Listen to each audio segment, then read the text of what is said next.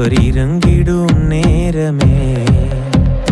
எலியாவின் தேவனே அவர் இறங்கிடும் நேரமே.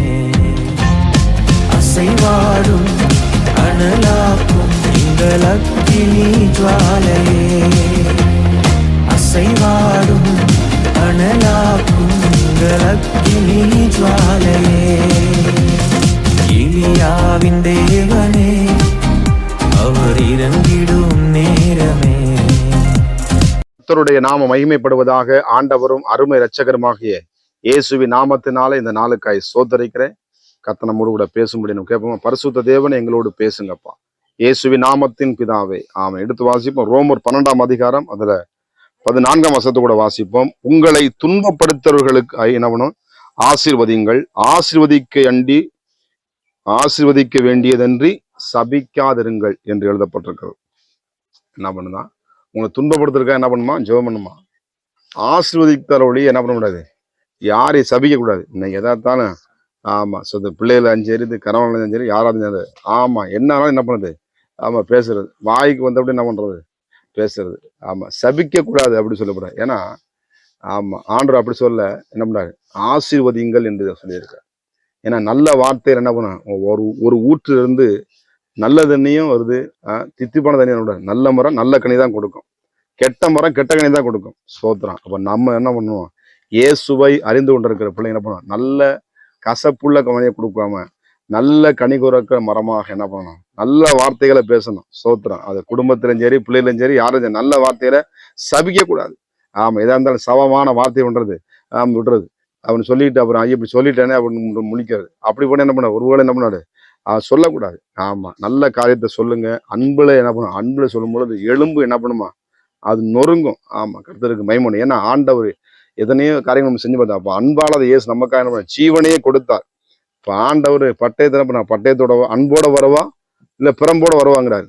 கர்த்தருக்கு ஸ்தோத்திரம். இப்போ நம்ம என்ன பண்ணக்கூடாது, நம்ம வாயிலிருந்து எப்பயுமே என்ன பண்ணணும், நல்ல வார்த்தைகளை நாம் என்ன பண்ணணும், உபயோகிக்க வேண்டும். கர்த்தர் நல்லவராக இருக்கிறார். அவர் நேற்றும் இன்றும் என்றும் மாறாதவர். காட்டி கொடுத்த யூதாசை என்ன பண்ண ஆண்டவர் சிநேகிதனே என்றுதான் கூப்பிடாரு.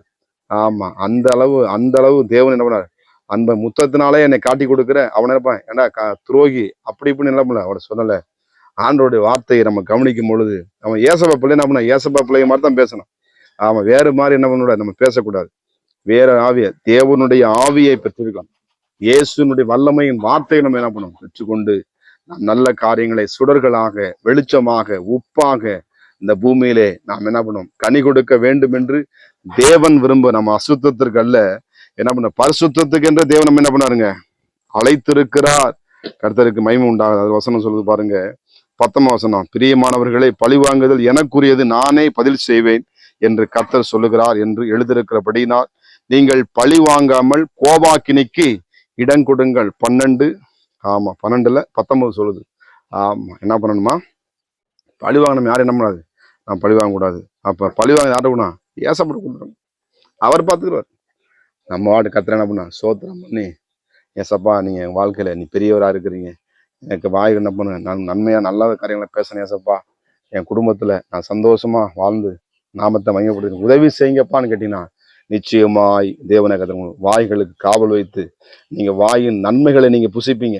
கர்த்தருக்கு நீதிமொழி தன் வாயின் பலனால என்ன பண்ண, நன்மைகளை புசிப்பான்.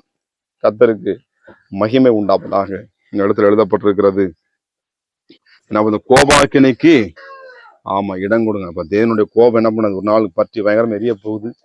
ஆனால் தேவன் அப்படின்னா இப்ப கிருபையின் காலத்துல நம்ம இருக்கிறோம். இந்த கிருபையின் காலத்துல தேவன் விரிக்கிற அந்த அன்பின் வலைக்குள்ள நம்முடைய வாயும் சரி நம்முடைய நாமும் சரி. இப்போ வாய்க்காலை வெட்டுங்கள், வாய் கால்னு சொல்ற மாதிரி. ஆமா அந்த வாயை என்ன சரியா என்ன பண்ணும், தேவனுடைய வார்த்தையை பேசணும். ஆமா அந்த பிள்ளைகளை பேசினாலும் சரி, யாரை பேசினாலும் சரி, என்ன பண்ணும், கவனமாக பேசும் பொழுது தேவன் நம்மளை ஆசிர்வதித்து மேன்மைப்படுத்துகிறா இருக்கிறார். நம்முடைய களஞ்சியத்தை நிரப்புவா. நம்முடைய வாயை என்ன பண்றாரு, எதுக்கு விரிவா திறக்கிறோம், ஏசப்போட வார்த்தைக்கு விரிவா பேச என்ன பண்ணும், திறக்கணும். நல்ல காரியங்களை பேசுறதுக்கு விரிவாய் திறக்கும் பொழுது கர்த்தர் நம்மளை ஆசிர்வதித்து பெருக பண்ணுகிற தேவனாக இருக்கிறார். நல்லதை பேசுவோம், தேவனுடைய வார்த்தையை பெற்றுக்கொள்வோம், நல்ல கனி கொடுப்போம், தேவனுக்கு நற்கந்தங்களை வாழ்வோம். கர்த்தர் நிச்சயமா உங்களை ஆசீர்வதிப்பார். ஜெபம் பண்ணுவோம். பரிசுத்த தேவன் இந்த பிள்ளைகளை ஆசீர்வதிங்க. தேவனுடைய மகிமையான உங்களுடைய பிரசன்னுடைய பிள்ளைகள் குடும்பத்துல வாழ்க்கையில நிறைந்திருக்கட்டும். களஞ்சியத்தை நிரப்புங்க, சமானத்தினால் நிரப்புங்க. ஆண்டவரே, வாயின் நன்மைகளால் நிரப்பும்படியாய் ஜெபிக்கிறேன். கெட்ட வார்த்தை எல்லாவற்றையும் எடுத்து போடுங்க, அசுத்தமான வார்த்தைகள் எல்லாம் எடுத்து போடுங்க. பரிசுத்தமான வார்த்தைகளை பேச கர்த்தர் உதவி செய்வீராக. இயேசுவின் நாமத்தின் பிதாவே, ஆமென். God bless you. கர்த்தர் உங்களை ஆஸ்வதிப்பாராக. நான் ஒருவன் மாத்திரம் நீந்திருக்க பாகாலின் படைகளை எதிர்த்திடுவேன். நான் ஜெபிக்க ஜெபிக்க அவர் தலையசைப்பார், ஜெபிக்க ஜெபிக்க அவர் தலையசைப்பார். நெருப்பாய் இறங்கிடுவார் என் தெய்வம், நெருப்பாய் இறங்கிடுவார். ஆவியே,